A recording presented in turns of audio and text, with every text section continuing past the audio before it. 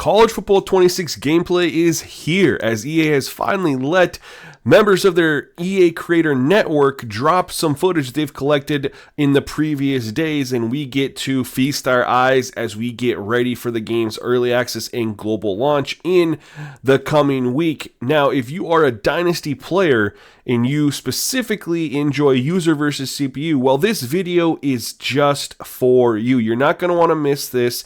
Make sure you stick around because I grabbed some user versus CPU gameplay courtesy of Eric Rayweather, and we're breaking it down good and bad next. And Bonds hits right high. It's a dig. It is out of here. This is caught. Diggs. Sideline. Touchdown. Unbelievable. Bryant for the win. Bang. Watch out. He's got getting away from the top speed. By Michael Short. Before we get started, man, just a quick shout out to y'all. Thank you so much for the support the last 7 days. You guys have been absolutely crushing it for me on the channel. I do have the goal of hitting 18,000 subs before early access on the 7th. So if you happen to be new here and you aren't subscribed, do me a solid, click the subscribe button. Also like the video as it helps more people see this video in the YouTube algorithm. And I am doing a full day stream on the 7th as we start building sliders for College Football 26. You're not going to want to miss that. One other thing I want to make note of here is, as you can see in the bottom right hand corner, Rayweather states this is an earlier version of the game, so some things we talk about might be addressed when the game actually launches, as well as we have no idea knowing what difficulty Eric is playing on, so that could impact a couple things as we move forward through the clips. Alright, so we're going to let all of the clips run at speed first, and we'll slow them down and break it down. And the CPU is Texas, and the user is LSU on this play as we go ahead and move forward. We're going to talk about the blocking logic in this game because this has me concerned. Again, we don't know the difficulty level, but look at number 52. He's a pulling guard. Look at him. We have him highlighted for you right here. He is an impact player, so we have to assume he has good ratings. But when you look at the defender who's right in front of him on this play, he completely ignores him and goes and blocks someone else. Now, this is going to lead to the CPU not being successful on a run play they should have been successful on. And what does this lead to? Well, it leads to the CPU abandoning the run because they're not successful. Okay, so that was a run play. Now we're back with a pass play. I want you to watch this play live. We're going to go ahead and break it down. Might not look like anything initially, but when we slow it down, watch our guy, number 52. Again, impact player. What? Did you guys see that? Who is he blocking? What is he doing here? He's standing around with his arms up, not looking for anyone to attack or block. That's not okay. Moving on to the user being backed up in the goal line here, and CPU makes a nice play to stop them, get the safety, but was it as nice as we think here when we slow things down? And I want you guys to pay attention to the right side of the line here.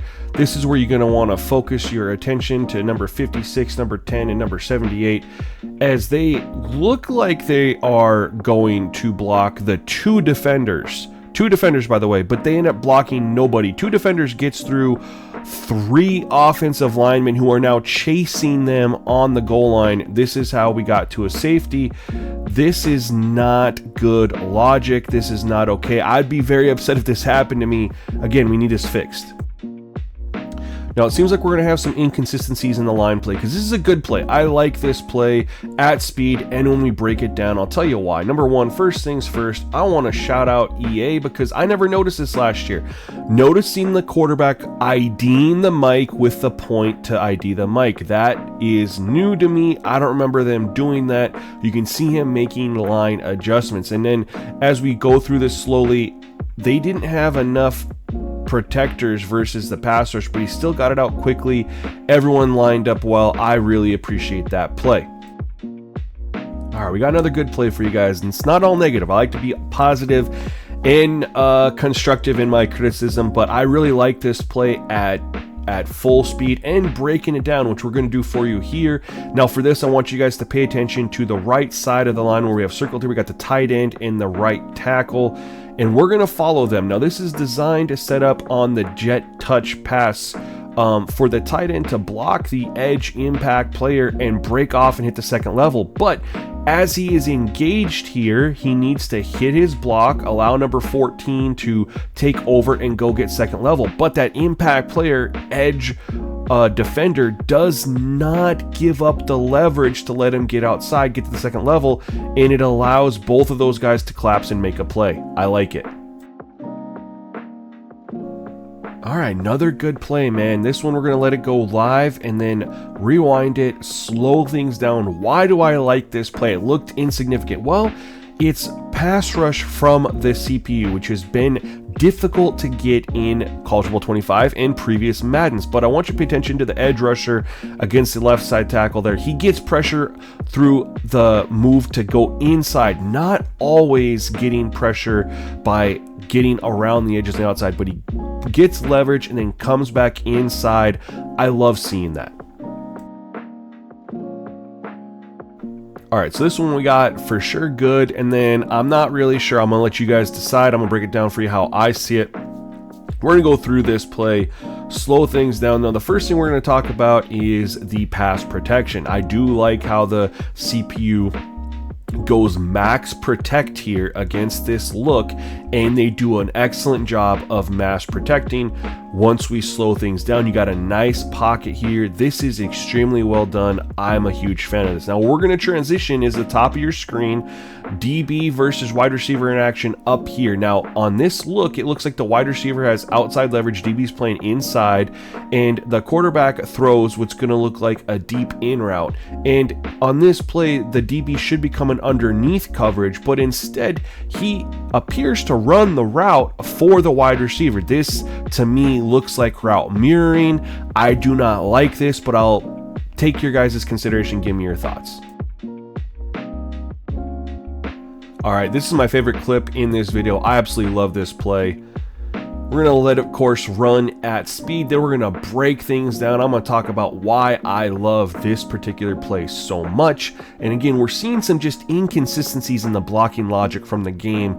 Hopefully they can get straightened out. But this play, in my opinion, is beautiful. We're going to go ahead and pause it right here. I want you guys to pay attention to both these two pulling linemen, all right? The whole reason this play is successful is the pulling linemen that need to get outside. And I want to pause right here. You can see 78, he noticed, he was looking straight ahead, looked to the right, saw his blocker there, but then you have the inside lineman, the other one pulling, number 79. He kind of gets in the way, doesn't get a hat on a hat, but does enough to spring this play for the touchdown. I'm more impressed with 78's going out and finding the man to block. I was a huge fan of this play when I saw it, and breaking it down, I like it even more. Okay, so for our final clip, I'm going to let you guys decide if you like this one or not. I have my opinion. We're going to talk about it. We're going to break this down. I will say I like the pocket, and I like the pocket navigation from Merriweather on this, and the quarterback stepping up and making a throw. You can see the wide receivers in the center of the field. He's going to catch it over by the boundary. I do like that aspect of this. What I don't like, though, is that this was a throw on the money touch pass. And the reason I don't like that is because quarterback completion percentages so far extremely high. I went through and I watched every single play in this game, and the Texas quarterback CPU finished 17 of 22. Those 5 incompletions were 2 pass breakups, 2 interceptions, 1 drop, 0 off-target throws.